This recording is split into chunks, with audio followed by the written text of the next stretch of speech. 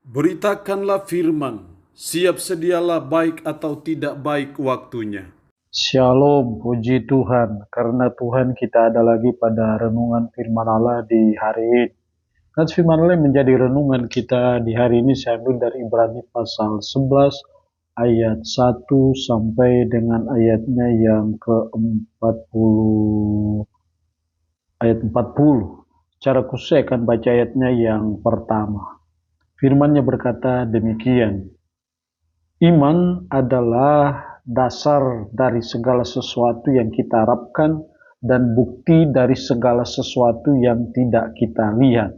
Sebab oleh imanlah telah diberikan kesaksian kepada nenek moyang kita. Demikian kebenaran firman-Nya di hari ini yang secara khusus mengajar, menasihati kita mengenai saksi-saksi iman.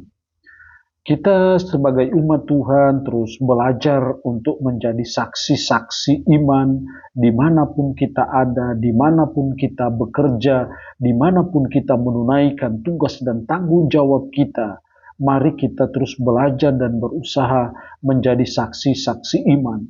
Seperti nats yang kita baca dari Ibrani pasalnya yang ke-11 ayat 1 sampai 10, bagaimana penulis kitab Ibrani memberi kesaksian mengenai saksi-saksi iman untuk jemaat Tuhan pada waktu itu mencontohi dan meneladani akan saksi-saksi iman. Lalu pertanyaannya adalah bagaimana supaya kita bisa menjadi saksi-saksi iman seperti saksi-saksi iman yang kita baca dari Ibrani pasalnya yang ke-11 ini.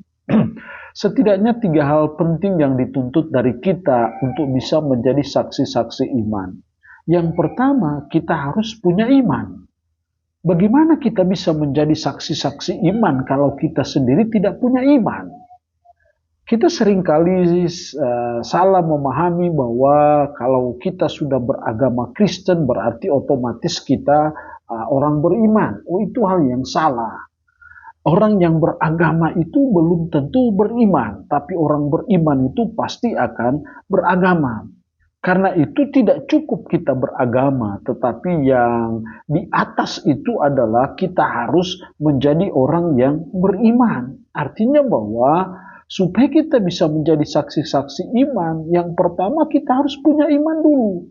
Makanya dalam ayat 1 berkata iman adalah dasar dari segala sesuatu yang kita harapkan dan bukti dari segala sesuatu yang tidak kita lihat.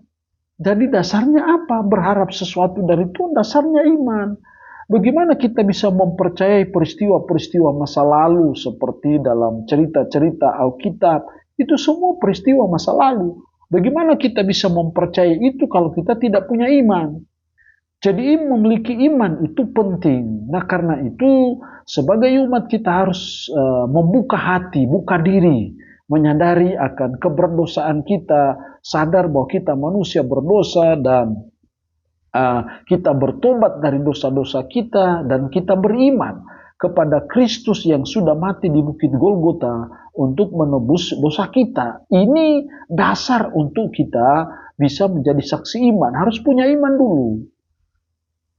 Nah, karena itu kita terus belajar dalam hidup kita ini untuk kita memiliki iman. Sama seperti Saulus dalam kehidupannya, bagaimana dia orang yang sangat beragama, menurut kesaksiannya dia adalah ahli Taurat, dalam melaksanakan Taurat Tuhan itu tidak bercacat celah.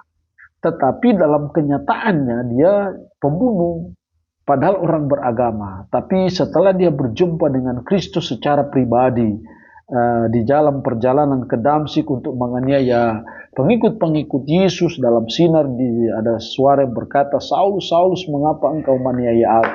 Di situ langkah awal, cikal bakal, dia akhirnya menjadi orang beriman, bukan hanya sekedar orang beragama. Dan Anda melihat bagaimana perubahan drastis dalam kehidupan Saulus pada waktu itu. Artinya apa? Tidak cukup kita menjadi orang beragama, tapi kita harus punya iman supaya bisa menjadi saksi-saksi iman. Yang kedua, supaya kita bisa menjadi saksi-saksi iman, kalau Anda perhatikan ayat 3 dan seterusnya, karena iman kita mengerti. Terus ayat 4, karena iman Habel telah mempersembahkan. Karena iman Henok berangkat. Semua karena iman, karena iman. Artinya apa? mereka menjadi saksi-saksi iman karena mereka itu hidup dengan iman. Mereka berjalan dengan iman. Jadi ini hal yang kedua yang dituntut dari kita supaya kita bisa menjadi saksi-saksi iman. Ya kita harus belajar hidup dengan iman. Belajar untuk bermodalkan kehidupan ini dengan iman. Kita boleh punya kekayaan, punya kedudukan, punya jabatan, tapi itu bukan modal utama kita dalam menjalani hidup, tapi modalnya iman. Artinya apa? Kita harus terus belajar hidup dengan iman, belajar mengimani, mempercayai pertolongan Tuhan, belajar mengimani campur tangan Tuhan, belajar mengimani akan kesembuhan dari Tuhan, belajar mengimani akan mujizat Tuhan dalam hidup kita. Ketika kita ada dalam pergumulan, ada dalam persoalan, ada dalam suatu cita-cita, kerinduan, semua harus dengan iman. Nah karena itu mendengar firman itu sangat penting, karena firman Allah berkata iman itu timbul dari pendengaran akan firman Kristus. Jadi supaya kita bisa menjadi saksi-saksi iman yang kedua, mari kita belajar hidup dengan iman. Hidup dengan bermodalkan iman kepada Allah di dalam Yesus Kristus, bahwa Allah pasti menolong saya, Allah pasti memberkati saya. Itu hal yang kedua yang dituntut dari kita. Yang ketiga, supaya kita hidup bisa menjadi saksi-saksi iman, yang ketiga, kita belajar teladan. Meneladani saksi-saksi iman. Ada banyak hal yang kita bisa teladani dari saksi-saksi iman ini. Kalau kita belajar dari Habel ayat 4, karena iman Habel telah mempersembahkan kepada Allah korban yang lebih baik. Artinya teladan dari Habel, kita belajar untuk mempersembahkan yang terbaik bagi Tuhan. Kalau dari Henok, dalam ayat 5, karena iman Henok terangkat supaya tidak mengalami kematian, dan ia tidak ditemukan karena Allah telah mengangkatnya, sebab sebelum ia terangkat, ia memperoleh kesaksian bahwa ia berkenan kepada Allah.